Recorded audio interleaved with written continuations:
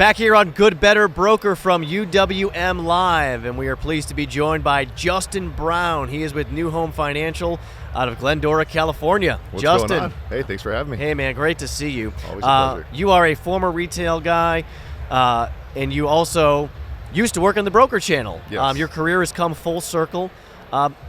Being back in the broker channel, Justin, and being a part of this community, this broker community here at an event like UWM Live, how do you put it in perspective?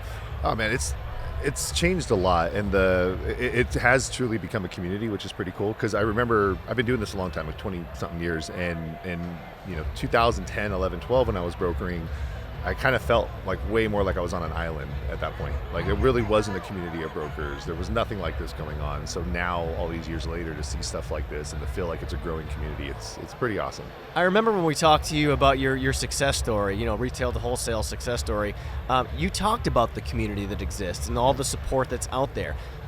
For newer LOs especially, I mean, how big of an advantage is that? Well, it's huge because, a lot of, an advantage for brokers is because before, when I would try to recruit people and talk to LOs about joining the broker side, there really wasn't a lot of training and support. I didn't have it set up within my own shop, so it was kind of something that I was missing. But what's cool now is UWM offers all of that, so I could absolutely bring people on and say, yep, we have training, we have support. I'm going to send you out to UWM and they're going to take care of you there.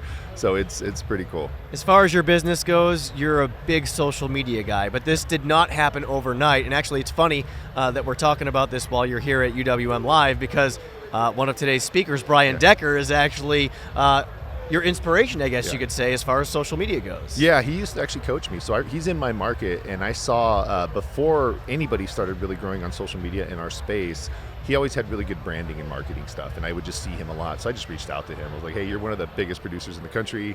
I love your marketing and branding that you're doing, where you're going with it.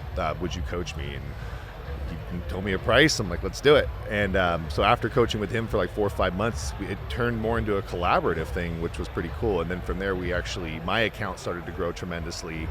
And it turned into like a friendship from him coaching me. And then now, full circle, we put together like our own like social media course, and we're coaching loan officers on how to do it, and seeing him speak on it, now on a main stage, it's pretty cool. How about that? The apprentice becomes the teacher, and you're not giving yourself enough credit here, because I remember you telling me, in terms of your own research, you literally spent hours on YouTube studying people who were doing interviews. Oh yeah, absolutely. Just like taking notes, picking things apart, like just really, diving in, getting not even just getting coached with Brian, getting coached from other people, and reading books and watching webinars and signing up for courses.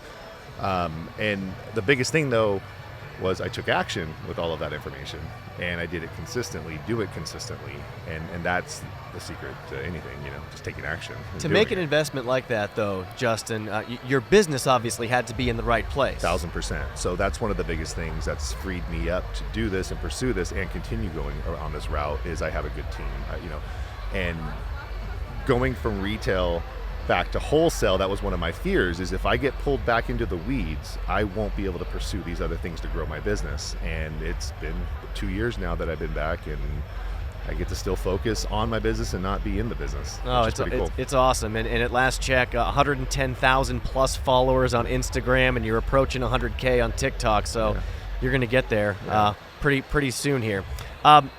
Another thing about you, your website, man, and I know that we talked about this before, but you got to go to his website, folks, loansbyjb.com. There's your shameless plug from me, not from you. The pop-up you have that appears, and it's a video of you. I want you to explain to our listeners what it is. Yeah, no, it's just a quick pop-up that says, hey, thanks for coming. Here's 3 basic options that most people want. Click here for this, click here for this, or click here for this. So it's just kind of, most websites, including my own, there's a lot of information. There's all these links, there's all these pages to it. And that's meant to just get straight to the point for people, so that they know exactly where to go with the main things that they're probably going to want.